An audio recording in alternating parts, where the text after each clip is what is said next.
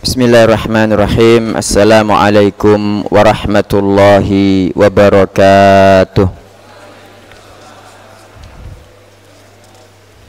Alhamdulillahi rabbil alamin. Wassalatu wassalamu ala imamil mursalin Nabiyyina Muhammadin wa ala alihi wa ashabihi ajma'in, amma ba'd. Subhanaka la ilma lana illa ma 'allamtana innaka antal alimul hakim. Allahumma anfa'na bima 'allamtana wa 'allimna ma yanfa'una warzuqna ilman yanfa'una. Allahumma la sahla illa ma ja'altahu sahla wa anta taj'alul hazna idza syi'ta sahla faj'al lana ya rabbana kulla syai'in sahlan muyassara. Allahumma inna na'udzu bika min ilmin la yanfa' wa min qalbin la yakhsha' wa min nafsin la tashba' wa min da'watin la yustajabu laha. Rabbi shrah li sadri wa yassir li amri wahlul 'uqdatam min lisani yafqahu qawli. Amin. Bapak-bapak, ibu-ibu dan saudara sekalian yang mudah-mudahan rahmat, barokah, ridho dan ampunan dari Allah Ta'ala senantiasa dilimpahkan kepada panjenengan semua. Alhamdulillah, malam hari ini Allah Ta'ala memudahkan kita semua berkumpul bersama di masjid ini. Bapak Ibu, kita mengerjakan sholat maghrib berjamaah yang kemudian kita lanjutkan dengan tafaqquh fiddin sampai isya nanti. Mudah-mudahan yang kita lakukan bersama ini dicatat Allah Ta'ala sebagai amal soleh yang kelak memberatkan timbangan kita semua.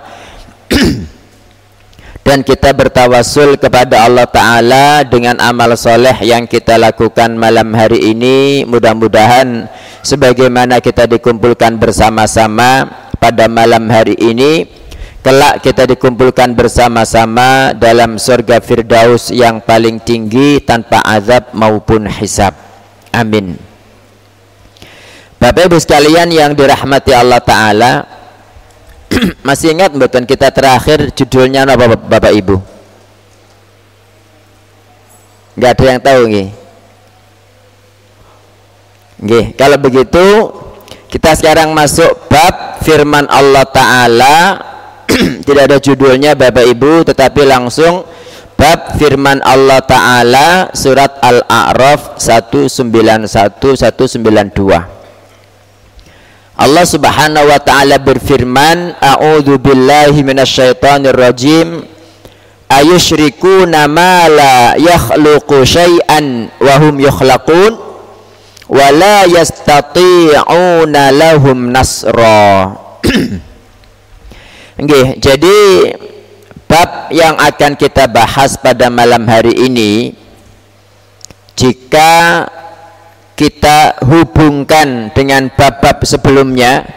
Bab sebelumnya itu kan termasuk syirik beristi'adzah kepada selain Allah Ta'ala, termasuk syirik beristighatsah kepada selain Allah Ta'ala. Kenapa syirik? Karena yang namanya minta perlindungan yang namanya kita minta agar dihilangkan malapetaka kita, satu-satunya yang mampu memberi kita perlindungan, satu-satunya yang mampu menghilangkan malapetaka kita kan hanya Allah Ta'ala, Bapak Ibu.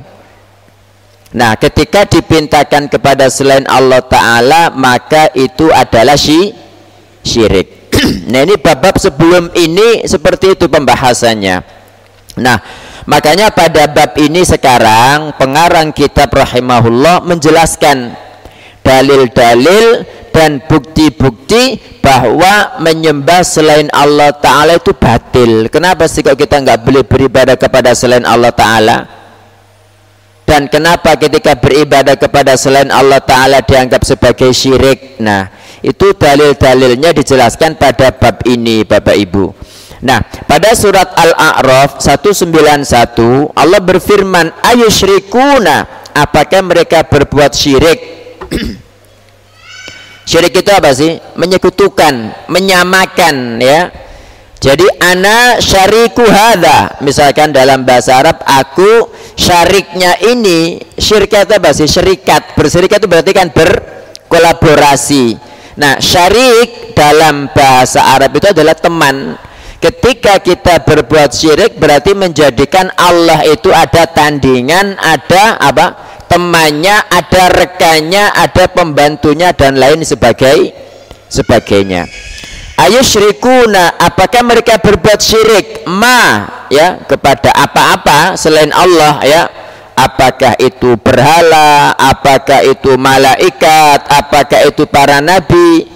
La yakhluqu syai'an, yang dia itu tidak menciptakan apapun. Jadi ini pertanyaan yang dalam bahasa nahwunya itu disebut dengan istifham ingkari. Istifham apa? Ingkari. Ingkari itu dari kata ingkar.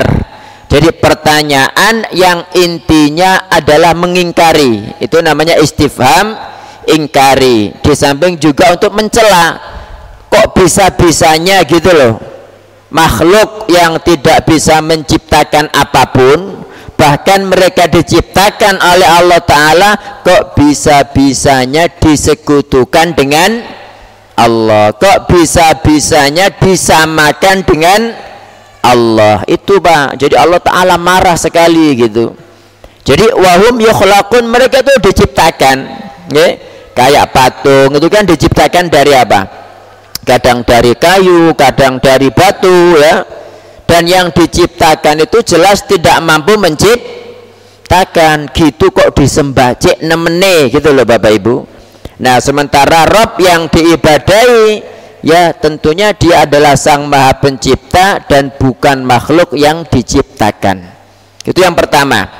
Ayat berikutnya lanjutan 191 Bapak Ibu, wala yastati'una lahum nasra.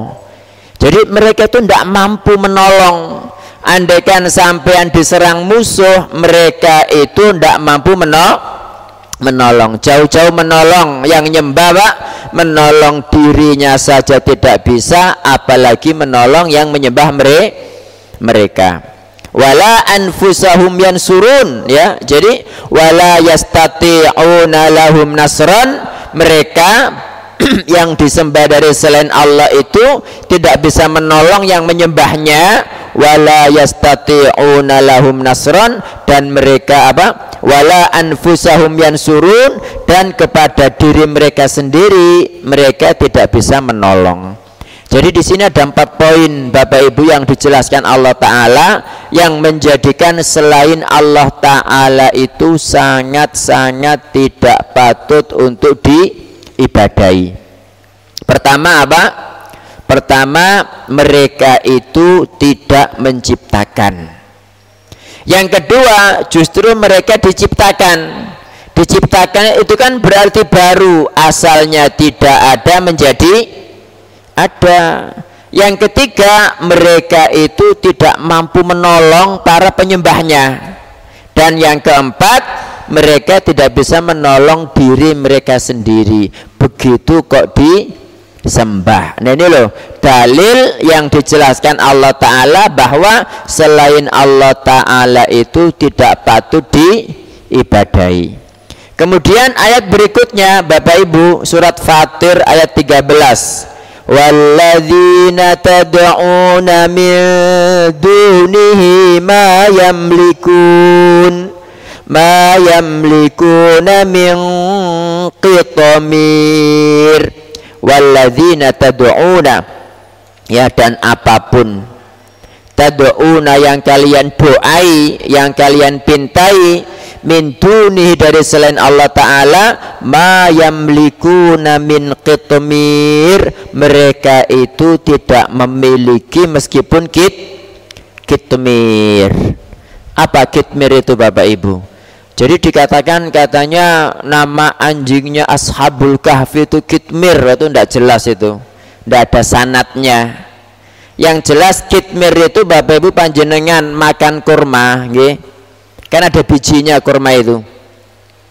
Nanti di bagian tengahnya kan ada kayak apa? Kayak garis red begini kan. Itu ada benangnya di tengahnya itu. Itu namanya Kitmir. Jadi apa-apa yang disembah dari selain Allah Ta'ala, apakah berhala, apakah para malaikat, apakah para nabi, itu kata Allah Ta'ala mereka tidak memiliki meskipun hanya Kitmir. Ya. Kemudian lanjutannya intadu'uhum, kalau kalian berdoa kepada mereka, la yasma'u du'aakum, mereka itu tidak mendengar doa kalian. Walau sami'u, dan andaikan mereka itu mendengar, mastajabu lakum, gak bakalan bisa mengabulkan untuk kalian.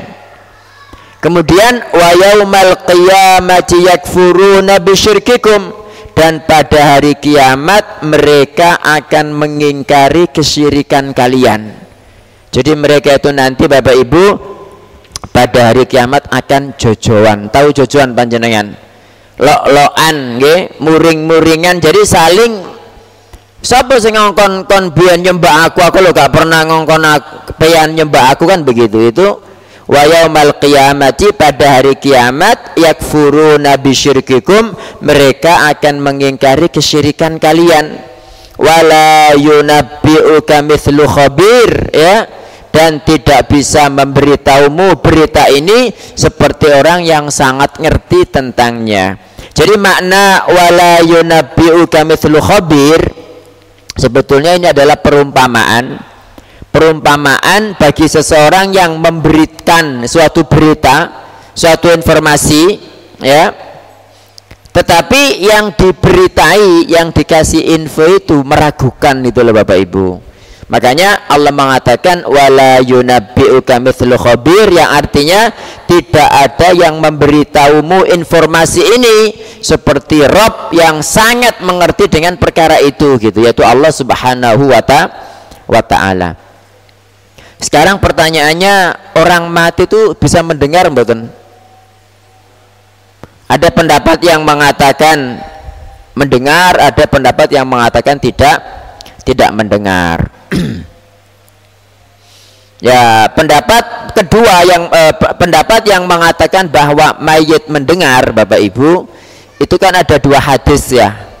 Hadis yang pertama dan sahih, gitulah. Hadis yang pertama dan sahih itu innal abda, hamba, kata Nabi sallallahu alaihi wasallam, idza qubira, kalau dia sudah dikuburkan, wan sarafa anhu musyayyi'uhu, dan para pengiringnya itu sudah buyar, innahu la yasma'u qur'ani alihim, dia itu benar-benar mendengar qara itu suara ketoplakannya sandal-sandal mereka. Hadisnya sahih. Nggih. Jadi pendapat yang mengatakan bahwa mayit mendengar itu berdalilkan ini, Bapak Ibu. Dalil yang kedua dan sahih juga ketika perang Badar. Ketika perang Badar itu Nabi Shallallahu Alaihi Wasallam kan mengumpulkan batang-batang orang kafir, kan, terus dilemparkan ke dalam sumur lubang buaya. Nggih. Dilemparkan kemana? Jenengan ini pun guyu-guyu mawon, dilemparkan ke sumur Badar. Pernah ke sana panjenengan, Pak? Tapi di sana enggak ada apa-apa, di sana cuma tak kira ada museumnya atau apa. Kayak di Indonesia kan biasanya ada monumennya. Di sana itu wis ya padang pasir biasa yang enggak ada apa-apanya gitu loh. Memang itu namanya Badar gitu aja. Nggih. Jadi ketika Nabi Shallallahu Alaihi Wasallam membuang bangkai-bangkai orang kafir ke dalam sumur Badar ini, itu beliau mengatakan misalkan kepada Abu Bakar, astagfirullah, Abu Jahal, Abu Jahal, Walid bin Mughirah, dipanggil semua, apakah kalian sudah mendapatkan apa yang dijanjikan Allah Subhanahu wa taala kepada kalian. Itu beliau ngomong begitu.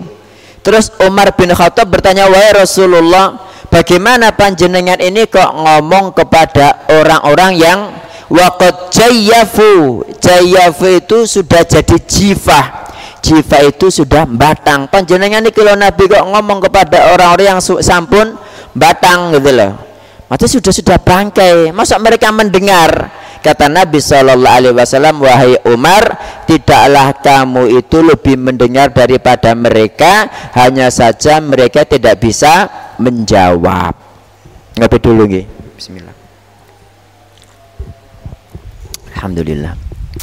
Jadi ini dua hadis Bapak Ibu yang dijadikan dalil bahwa mayit itu bisa mendengar. Sementara pendapat yang lain mengatakan mayit itu tidak bisa mendengar. Ya, diantaranya mereka berdalil dengan ayat yang barusan kita baca, yaitu surat Fatir ayat 13-14. Intad'uhum, kalau kamu berdoa kepada mereka, kata Allah, la yasma'u du'aakum, tidak bakalan mereka mendengar. Walau sami'u, dan andaikan mendengar, mastajabu lakum, gak bakalan mereka bisa menjawab atau mengabulkan. Kemudian dalam surat An-Naml ada, dalam surat Ar-Rum juga ada. Bedanya yang satu ada fa-nya, yang satu nggak ada fa-nya. Fa innaka la tusmi'ul mauta, kamu Muhammad sallallahu alaihi wasallam tidak bisa membuat mendengar orang-orang mati. Ya, jelas kan, berarti orang mati nggak bisa mendengar. Nah, ini dalilnya ini sama-sama benar, Pak. Mana yang benar kalau begitu? Dua-duanya benar. Cuma digabungkan gitu loh.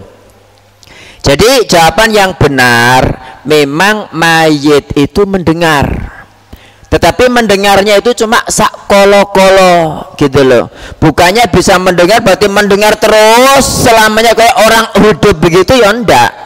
Karena manusia itu idza matal insan, kalau manusia meninggal, inqata'a amalu, terputus amalnya sudah. Nah, ini amalnya enggak terputus gitu berarti kan mendengar kan. Mendengar termasuk amal mboten? Panjenengan mendengarkan murotal mbek ngene-ngene itu amal mboten? Nah, orang mati masa mbek ngene-ngene pisan. Karena sudah terputus amalnya, Pak. Jadi enggak bisa mendengar sudah. Nah, mereka dikatakan bisa mendengar cuma sak kolo-kolo. Sak kolo-kolo itu kapannya ya? Sak kolo-kolo itu kapan? Nggih. Tadi itu kan dikatakan dia betul-betul mendengar apa? Gerakan sandal para pengiringnya kan. Ya wis, ya dia mendengar pas itu tok. Jangan kemudian dimutlakan mendengar kabeh gitu loh, Pak. Paham nggih? Gitu. Dan andaikan mendengar, tetap kata Nabi Shallallahu Alaihi Wasallam itu mereka tidak bisa mengabulkan gitu. Jadi mending orang hidup. Justru orang mati itu, Pak, sangat butuh kepada orang yang hidup. Butuh apa? Butuh didoakan, butuh diistighfarkan. Mereka istighfar dewe ndak iso, sudah terputus amalnya. Istighfar itu amal soleh mboten? Amal soleh, beramal mboten? Mereka untuk astaghfirullah ndak bisa. Makanya butuh doa-doa panjenengan, Rabbighfir lil mu'minina wal mu'minat wal muslimina wal muslimat al ahya'i minhum wal amwat. Itu senang mereka, Pak.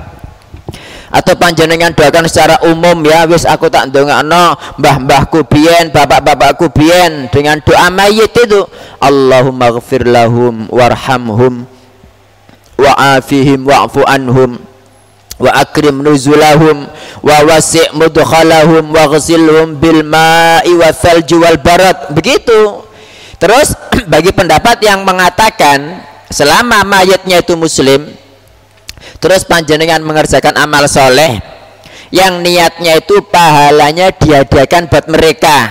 Bagi pendapat yang mengatakan sampai, itu juga sampai. Misalkan ada seorang anak, bapaknya habis meninggal tapi muslim, wis aku tak bangun sumur di daerah mana begitu, bikin sumur bor yang enggak ada air, terus dibuat ini atas nama bapaknya gitu.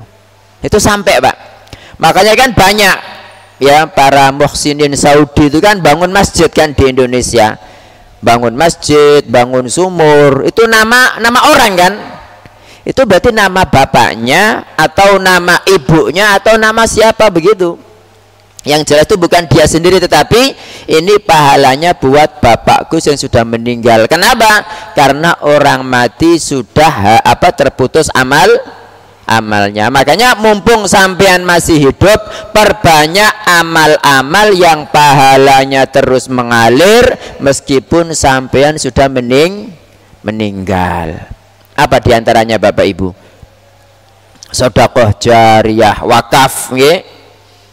Atau ilmu yang bermanfaat, panjenengan mencetak Al-Quran, panjenengan mencetak buku-buku. Cuma masalah bang Indonesia malas moco kok, senengan moco WA nggih. Kemudian atau anak soleh, wis timbangane anakku gak ono sing soleh, wong isih urip aku wis dilalekno, jane aku mati, misalnya gitu kan. Jadi ada cerita Pak, dia panjenengan wis gak usah cerita wis gede-gede masuk pengen diceritani. Tapi tidak apa-apa wis ya, karena berkaitan dengan masalah. Ada orang kaya, dia itu pulang bawa anggur bagus gitu. Ya mungkin anggur sekarang yang kayak juwet itu loh Pak, nggak ada isinya ya. Anggur apa namanya itu? Iya, anggur juwet gitu loh. Nah, terus dia ke masjid, waktunya adzan ke masjid. Ketika pulang, dianggure mau wis entek blas dipangan anak bojone. Ya Allah, kata dia, iki aku dilalekno. Gak diomani, mbok diomani siji loro telu paling gak tahu rasanya kan gitu kan. Habis akhirnya dia marah Pak, langsung dia keluar pada malam hari itu juga beli tanah, langsung disuruh bangun masjid. Nah lapo wong aku saurip dilalekno ndane yang aku mati, wis aku tak gawe amal saiki gitu Pak. Langsung bangun masjid. Jadi seperti itu. Panjenengan misalnya sekarang Islam itu kan asing nggih. Asing Pak. Jadi banyak sekali gerakan-gerakan yang bagaimana biar kaum muslimin itu jadi liberal kabeh. Gak apa-apa sampean sholat nang masjid, gak apa-apa sampean poso, tapi jangan mengatakan wong kafir itu kafir.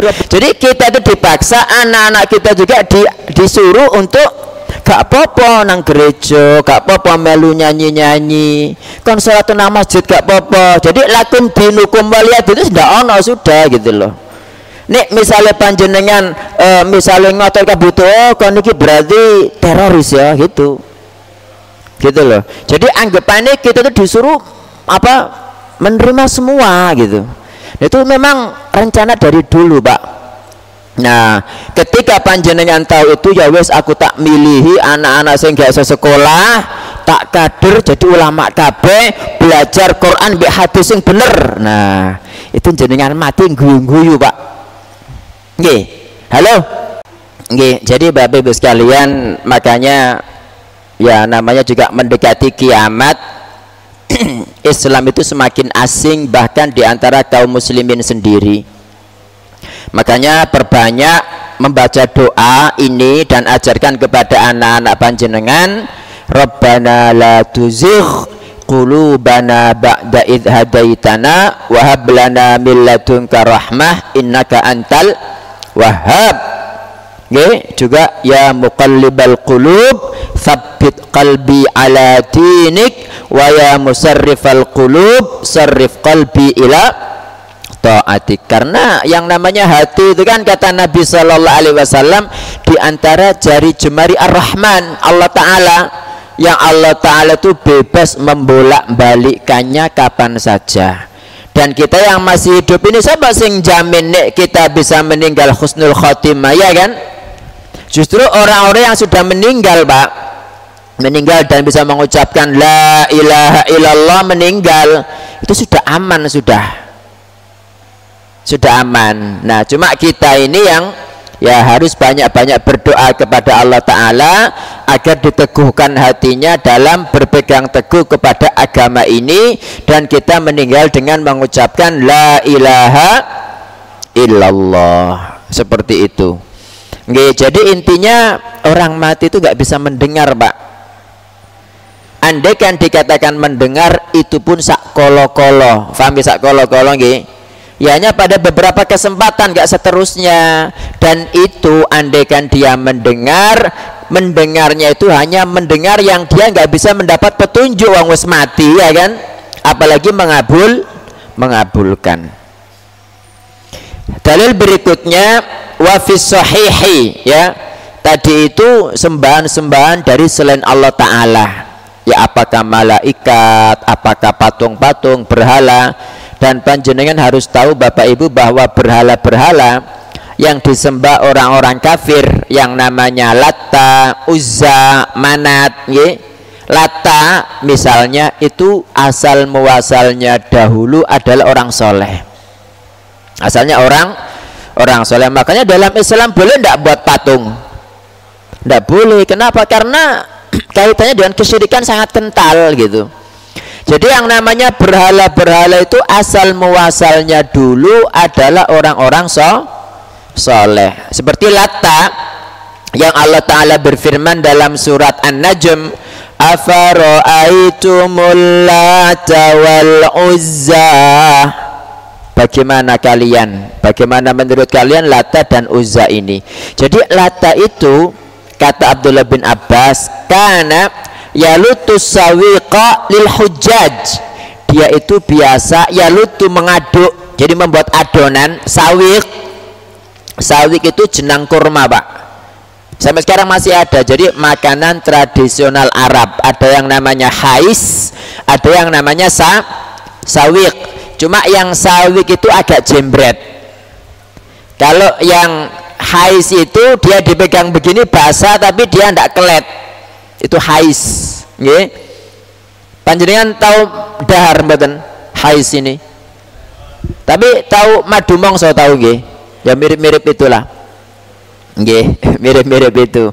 Jenang kurma terus dibagi-bagi kepada para jamaah haji. Amal soleh mboten? Amal soleh, Pak. Jenengan pas yang haji kemarin kan banyak di jalan-jalan itu sabil ya kan? Sabil berarti sabilillah dibagi-bagi gitu.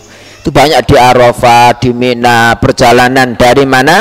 Dari Mina, dari Musdalifah ke Mina. Itu kan banyak orang bagi-bagi itu, kadang bagi-bagi nasi, bagi-bagi minum, bagi-bagi Masya Allah buah, itu banyak sekali, Pak. Itu bagi yang di luar, tapi yang di dalam lokasi tidak tahu. Ya kalau bagi-bagi, barangkali di luar itu. Ya. Jadi dia tuh biasa membuat jenang sawik ini kemudian dibagi-bagi kepada para jamaah haji. Ketika meninggal dunia, orang-orang iktikaf di atas kuburannya.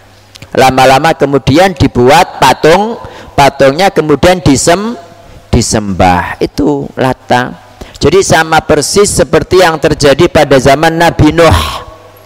Ya.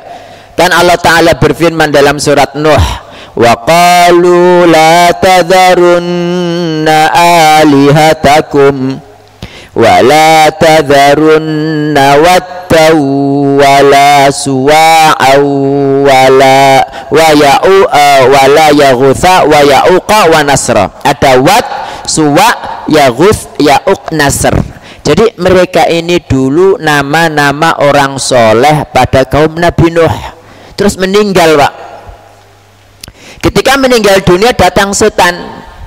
Ayolah kita buat patung-patung mereka persis seperti mereka, terus diletakkan di majelis-majelis yang biasanya mereka di sana, agar kita senantiasa termotivasi beribadah ketika melihat mereka. Itu Pak, pinternya setan itu. Dibuat patungnya gitu kan.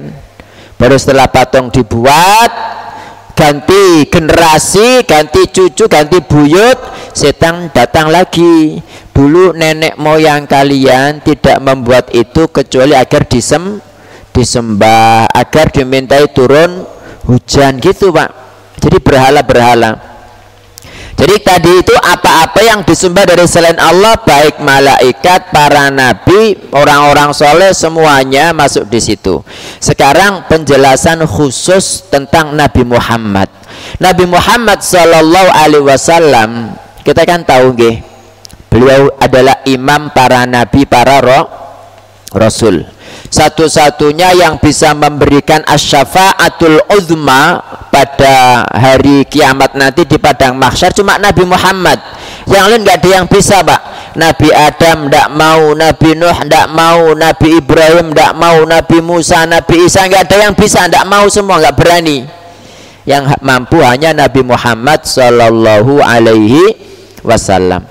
Dan surga itu yang membuka pertama kali adalah Nabi Muhammad Sallallahu Alaihi Wasallam. Jadi orang-orang ashabul yamin gitu, bukan wasabiqun asabiqun ulaikal muqarrabun.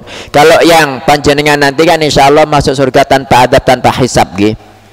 Jadi setelah keluar dari padang mahsyar, tidak pakai melewati sirat-siratan, langsung melalui pintu sebelah kanan surga. Nah, selain mereka itu, mereka berada di tempat yang gelap, kemudian melewati jembatan sirat. Nah, setelah selesai melewati jembatan sirat itu langsung halaman surga. Nah, orang-orang ini penghuni surga, Pak, gitu. Tapi ketika mau masuk surga, gembokan sian pintunya itu, kembali mereka minta syafaat ke Nabi Adam, wah tidak bisa. Sama seperti tadi, datang ke Nabi Nuh nggak bisa, ke Nabi Ibrahim nggak bisa membukakan, ke Nabi Musa, ke Nabi Isa juga nggak bisa. Baru kemudian Nabi Muhammad SAW yang mengetuk pintu, tok tok tok gitu. Siapa? Muhammad. Langsung dibukakan, penjaganya bilang, bika umirtu an la aftaha li ahadin qablak. Untuk mulah aku diperintahkan surga ini jangan dibuka untuk siapapun sebelum kamu, gitu. Nah, jadi Nabi Muhammad itu sangat tinggi derajatnya, Pak. Tapi tetap beliau bukan Tuhan. Nabi Muhammad itu adalah Abdullahi wa Rasuluhu, hamba Allah dan Rasulnya. Hamba berarti bukan Tuhan. Rasul berarti hamba tetapi memiliki keistimewaan risalah bukan sama dengan hamba-hamba biasa. Sampun. Ini dalil berikutnya bahwa yang menjelaskan bahwa setinggi apapun Nabi Muhammad, tetap beliau itu tidak punya campur tangan urusan dunia, Pak. Jadi alam semesta ini beliau tidak ada campur tangan sama sekali. Wa fi sahihi, dalam Sahih Bukhari, an Anasin, dari Anas, qala berkata, syujjan Nabiyyu sallallahu alaihi wasallam yauma Uhud. Nabi sallallahu alaihi wasallam terluka kepalanya pada hari perang Uhud. Jadi perang Uhud itu perang kedua dalam Islam setelah perang Badar yang terjadi pada bulan Syawal tahun ketiga Hijriyah. Ya, kaum muslimin awalnya menang pada awal-awal perang itu, tapi kemudian kalah. Kenapa? Ya karena ada beberapa sahabat yang menyalahi perintah Nabi Muhammad Sallallahu Alaihi Wasallam, dan mereka menyalahi perintah ini karena mereka belum tahu dalilnya, Pak. Baru setelah kejadian mereka itu baru turun syariatnya, gitu loh. Jadi jangan menyalahkan sahabat karena mereka itu melakukan seperti itu karena belum ada dalilnya. Ini sampai lah sempurna dalilnya wis wake kan. Quran wis lengkap, wis mudhun kabeh, gitu loh. Justru mereka ini tuh Quran belum turun, baru dengan kejadian mereka baru kemudian Al-Quran tuh turun. Itu yang pertama. Yang kedua, mereka semua yang tadi menyalahi Nabi, yang disuruh diam di atas Jabal Rumah namanya, gitu. Jadi panjenengan kalau pergi ke Uhud itu ada gunung besar, itu gunung Uhud itu, Pak. Kemudian gunung kecil yang dinaiki orang-orang itu namanya Jabal Rumah, nggih, Jabal Rumah itu yang dulu ditempati para pemanah. Lho nah kok pendek ngoten Ustaz? Dipendek wong sak pirang-pirang ket biyen kok. Makanya sekarang kan mudah dipendek itu ya, yang di sana jenengan melihat ke sana ada masjid kan? Itu yang sampean pendek itu namanya Jabal Rumah gitu loh. Nah itu mereka semua yang ada 50 orang itu diampuni Allah Subhanahu wa ta'ala semua sudah, dan mereka dimakamkan di makam di Uhud itu Pak. Nah intinya pada perang Uhud ini Nabi SAW terluka, wa kusirat rubaiyatuhu, dan gigi serinya itu patah sampai tanggal. Nah maka Nabi SAW mengatakan kaifa yuflihu qaumun syajju nabiyahum, bagaimana beruntung kaum yang sudah melukai kepala nabinya. Jadi di sini nih ada orang-orang kafir Pak, yang mereka ini podo-podo kafir kan, beda kafirnya gitu. Ada orang kafir itu yang kafir tapi dia tidak pernah menyakiti ya kan. Ada orang kafir tapi jahat ya kan, pengen membunuh semua kaum muslimin. Nah ini orang kafir tapi denesi, tahu denesi, kurang ajar gitu loh. Jadi dia tuh keinginan membunuh Nabi itu sangat getol gitu. Ada 3 orang sampai melukai Nabi SAW. Kemudian Nabi mengucapkan bagaimana beruntung kaum yang melukai nabinya. Kira-kira Nabi mengatakan demikian salah mboten? Beliau seorang nabi terus dizalimi kan. Nah beliau mengatakan demikian, tapi sama Allah Ta'ala ditegur dalam surat Ali Imran 128. Allah mengatakan laisa laka minal amri syai', he Muhammad iki dudu urusamu.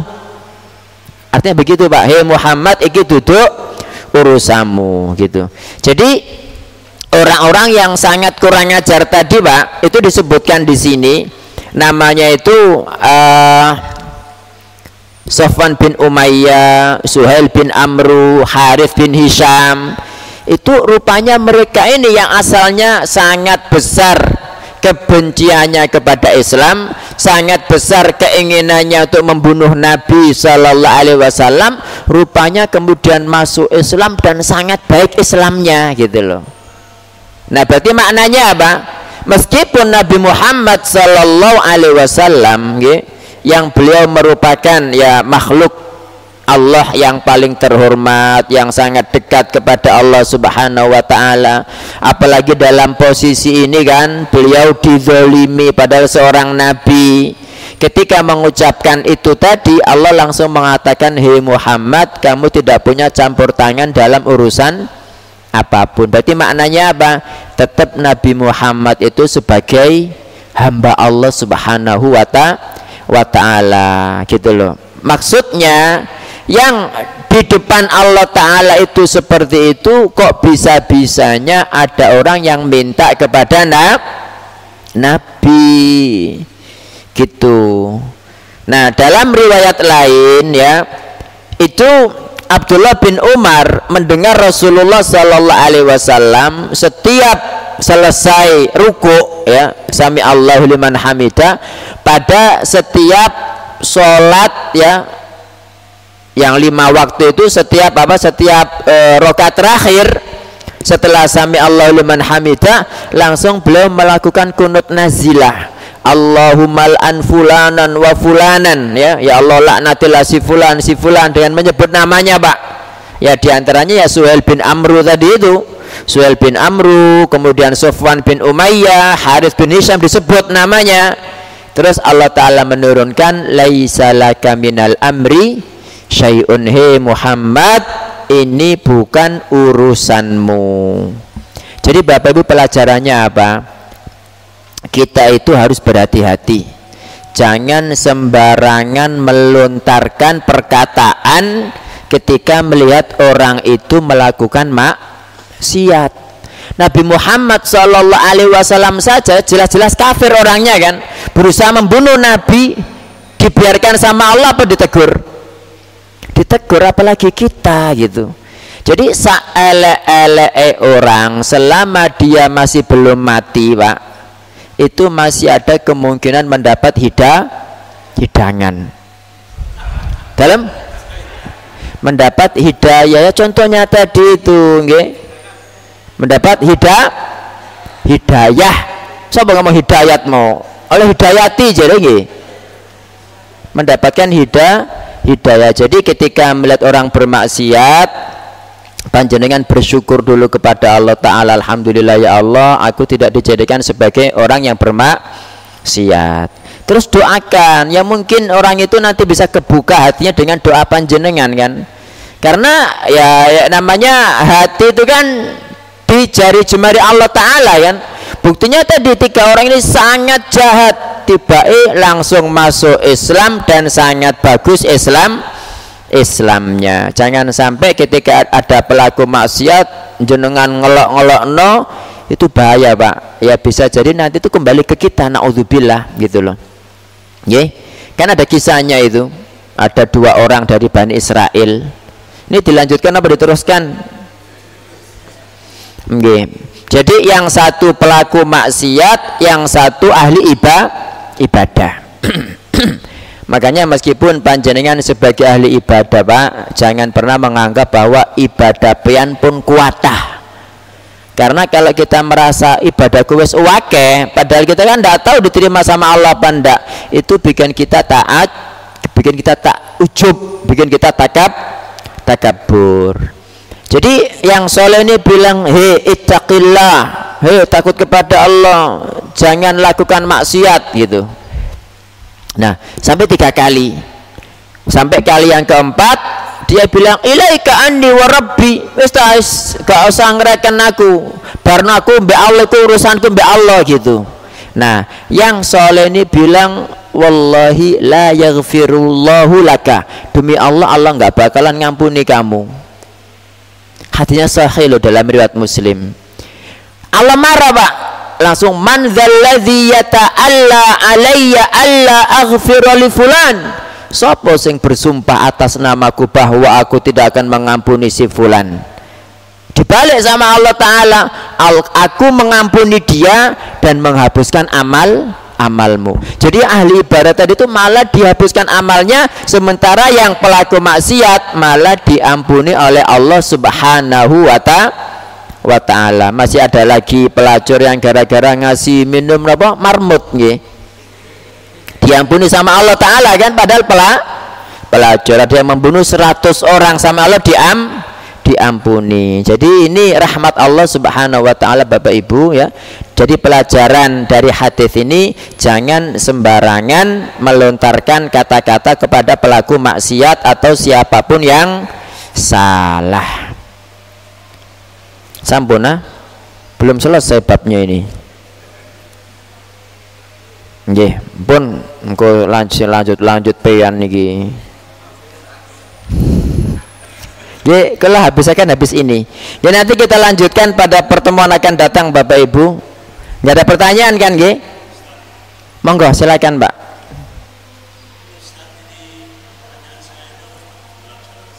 Di luar jalur. Oh nggih, kok kereta api ana jalur ya, Far? Monggo, nggih. Penjual laris.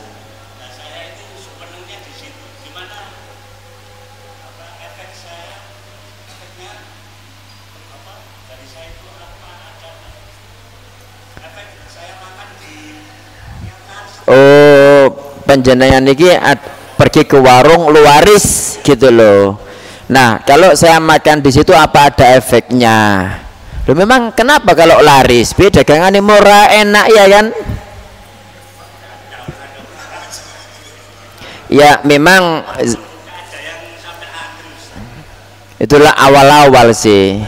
Saya dulu tuh pernah sampai ada orang itu kok ono apa? Bakso rantai di mana itu? Jangan pernah ke sana mboten? Bakso kapal atau bakso rantai itu sampai rame gitu. Barang saya lewat situ loh, kok wis kukut gitu. Itu mungkin awal-awal aja. Intinya begini Bapak Ibu ya, wallahu a'lam nggih. Ya memang di masyarakat kita ini orang kalau dia tidak belajar tauhid, pasti ilmunya itu ilmu iblis, kan begitu. Jadi kalau memang larisnya tidak wajar, padahal makanannya makanan-makanan biasa, rasanya biasa wae, apalagi katanya ketika sampean baca bismillah kan begitu. Apa ada efek ketika saya makan? Ketika panjenengan ragu-ragu jangan dimakan. Ya, ketika panjenengan ragu-ragu jangan dimakan. Saya nggak ngerti Pak, nggak ngerti, bisa melihat nggak bisa, wong aku manusia bukan jin ya, jadi nggak bisa melihat. Tetapi banyak yang mengatakan, mereka-mereka yang katanya indigo, tahu indigo nggih? Indigo itu kan punya kelebihan jin maksudnya, jin kakean gitu loh. Nah itu katanya setiap mangkok wallahu alam diidoni, ini kan juga cerita-cerita ya, wallahu alam ada apanya gitu. Ya memang kalau ini saya dengar-dengar dari orang. Tapi yang saya dengar sendiri itu ada jamaah di salah satu masjid, itu orang Lamongan, gitu. Itu dia cerita begini, itu loh ada pokoknya bu temannya bu apa kemana-mana itu bawa cowek sama ulek-ulek. Lagi lah bos sampean bawa kemana-mana, padahal kan waktunya apa ya, waktunya Idul Fitrian itu loh, mudik semua itu bawa itu. Wah ini kalau iki gak payu daganganku gitu. Nah jadi kalau memang itu jelas-jelas laris dan panjenengan ragu-ragu, nggak usah dimakan. Apakah ada efeknya? Ya wallahu a'lam. Ya apapun yang bekas jin itu kan ya seperti gini. Kadang-kadang di masyarakat kita orang bikin rumah baru ya kan, itu kan biasanya di atasnya dikasih apa, pisang ya, atau dikasih kain kafan atau apa buat makanan-makanan. Ini dalam ilmu perjinan Bapak Ibu, itu pertama kali adalah persembahan buat jin. Setelah jin sudah selesai baru dibagi-bagi kepada panjenengan. Makanya kan ada istilah kita tuh tidak boleh makan ya, wa ma uhilla li ghairillah, apa-apa yang dipersembahkan untuk selain Allah. Dan itu bukan hanya yang disembelih. Kalau disembelih untuk selain Allah kan jelas. Ini enggak sembelihan berupa roti, berupa bakpo, berupa pisang, apel, semangka. Nah, itu kalau memang dipersembahkan buat jin ya, ditaruh di kuburan sebagai sesajen misalnya, itu haram dimakan. Kecuali kalau panjenengan gonok panganan blas nek gak mangan mati ya wis darurat makan itu mboten napa-napa gitu loh. Nggih. Ya apakah ada efeknya? Ya wallahu a'lam. Ya paling pas mulai ya dikintili gitu aja. Nggih, insyaallah demikian, wallahu taala a'lam. Terima kasih Bapak Ibu atas perhatiannya. Kurang lebihnya saya mohon maaf. Jika ada yang benar semata-mata dari Allah Ta'ala, jika ada yang salah dari saya sendiri, saya beristighfar kepada Allah Ta'ala dan mohon dimaafkan. Barakallahu fikum. Subhanakallahumma wa bihamdika asyhadu an la ilaha illa anta astaghfiruka wa atubu ilaik. Wassalamualaikum warahmatullahi wabarakatuh.